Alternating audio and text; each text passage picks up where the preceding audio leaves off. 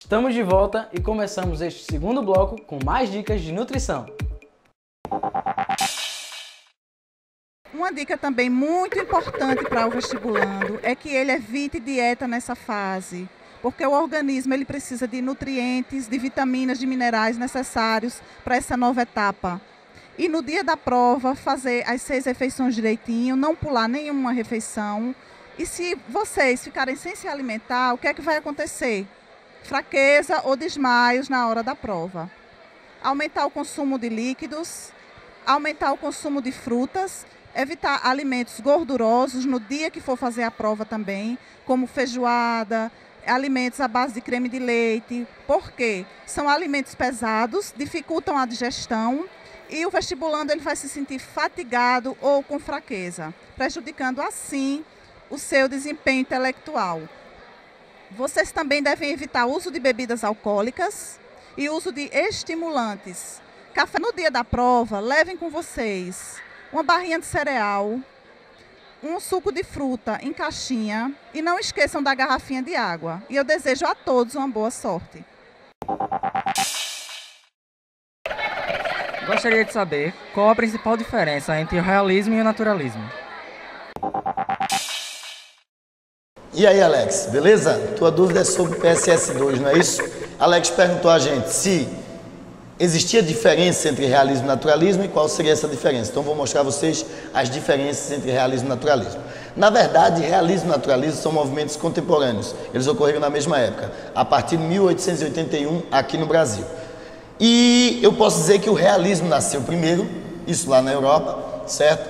E aí, então, foi o seguinte, o realismo nasceu e depois das propostas realistas terem surgido, nasceu o naturalismo. O que foi o naturalista?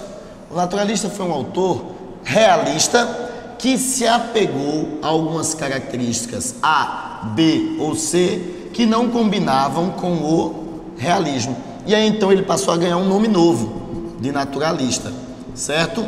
Então, o que é um naturalista? É um realista que assume uma postura A, B e C, que o realista a princípio não assumia. Por isso que é comum falar o seguinte, que todo naturalista é realista, mas nem todo realista é naturalista, pois para ser naturalista tem que aceitar A, B e C. Mas para que você possa visualizar melhor o que eu ainda vou te falar, eu posso dizer o seguinte, vamos imaginar que nós estivéssemos fazendo um grupo, uma organização chamada MMP. O MMP seria o Movimento Morte ao Pagode, certo? Estivéssemos todos nós da sociedade montando o MMP, Movimento Morte ao Pagode, todo mundo. Só que aí então surgisse dentro do MMP uma dissidência que estava levantando outra bandeira. Na verdade eles eram a favor do MMP, mas eles queriam uma nova ideia. E aí então eles lançassem o MMPKKLB. O que seria o MMPKKLB? Seria o Movimento Morte ao Pagode, aquele que é o KLB. Então, são todos dois partes do mesmo movimento. Só que o MMPKKLB pede coisas a mais, que são exatamente as posturas A, B, C e D. Então, o autor naturalista é exatamente isso aqui, pessoal. É um autor realista, tá vendo, ó? MMPKKLB é um carinha do MMP, só que com ideias a mais. O naturalista do mesmo jeito, é um autor realista que assume posturas novas. E aí quais seriam as principais diferenças? No Brasil, estou falando no Brasil, não vá pensar em outro lugar não. No Brasil, o realismo prefere a narrativa em primeira pessoa, certo? Isso para o caso brasileiro, isso é macete, não é regra, macete. Para o Brasil, narrativa em primeira pessoa. O naturalismo prefere a terceira pessoa. Então, primeira diferença colocada aí, realismo primeira, naturalismo terceira pessoa. Outra diferença, o realismo, ele gosta muito de fazer uma coisinha chamada análise psicológica do personagem. Por isso que Machado de Assis, que é a grande sacada é estudar Machado de Assis. Machado de Assis é autor do realismo, é o grande nome do realismo, e esse ano é centenário de morte dele. Então, por isso que Machado de Assis é considerado um autor psicólogo, porque ele dedica uma obra inteirinha a avaliar o personagem a partir de sua psicologia, ou seja, de sua personalidade. Aí o naturalismo diz, não quero fazer isso não, vou perder um livro todinho fazendo a avaliação da psicologia do personagem. Negativo, vou fazer uma análise social. E aí então eu vou me desprender do indivíduo e vou partir para o ambiente coletivo.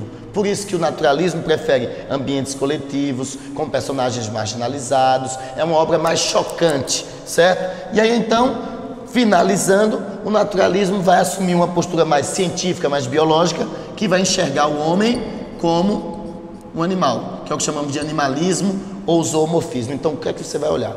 Olha se o texto é em terceira pessoa, vê se ele está retratando um ambiente coletivo, vê se os personagens são caracterizados como animais e principalmente isso, ó, o naturalismo, ele se confunde com essa característica chamada determinismo, que é a ideia de que o homem é influenciado por 3 fatores: meio, raça e momento. De acordo com o autor naturalista, que é apegado ao determinismo, a teoria de Taine do final do século XIX, o homem é produto do meio, da raça e do momento. E aí então os personagens naturalistas são influenciados por fatores sociais, fatores raciais e fatores históricos. Essa é a grande diferença entre naturalismo e realismo. Então macete, qual seria o macete? Primeiro olha se a narrativa é primeira ou terceira pessoa. Depois procura essas características. Comparando com filme que tu já assistiu na TV. Tem um filme chamado Advogado do Diabo, todo mundo já assistiu. Aqui Keanu Reeves, aquela coisa toda. Lá tem crítica social, mas a crítica é sutil, é nas entrelinhas. Aquilo é realismo. O realismo, a crítica é sutil, está nas entrelinhas. Você que vai buscar, interpretar e ver essa crítica. Aí tu vai e depois muda de DVD. Vai assistir Cidade de Deus. Cidade de Deus, um ambiente o quê? Violento, marginalizado, ambiente coletivo de favela. Então, esse é naturalista. Naturalista é mais chocante. Ambiente coletivo, marginalizado, personagens influenciados pelo meio. Aqui não. Aqui é mais sutil, é mais intelectualizado. O realismo é intelectual. E tem Machado, viu? Não esquece. Aqui, ó, importantíssima informação. 100 anos de morte do Machado vai estar de certeza no PSS2. Posso garantir. Uma boa dica para você relaxar é fazer uma caminhada na praia. E você pode perceber os seus pés na areia enquanto você caminha. Você pode ouvir o som das ondas do mar e observar as ondas chegando até a praia.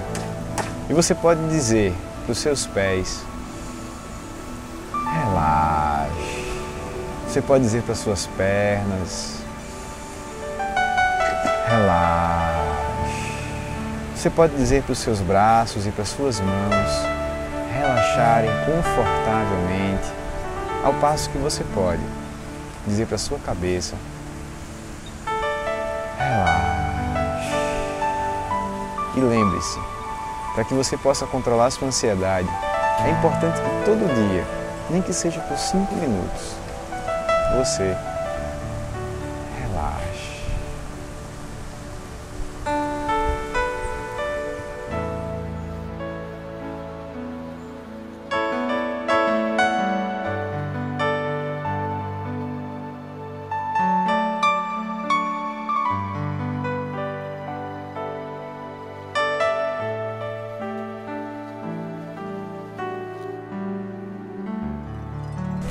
Às vezes, ouço passar o vento, e só de ouvir o vento passar, vale a pena ter nascido. Fernando Pessoa.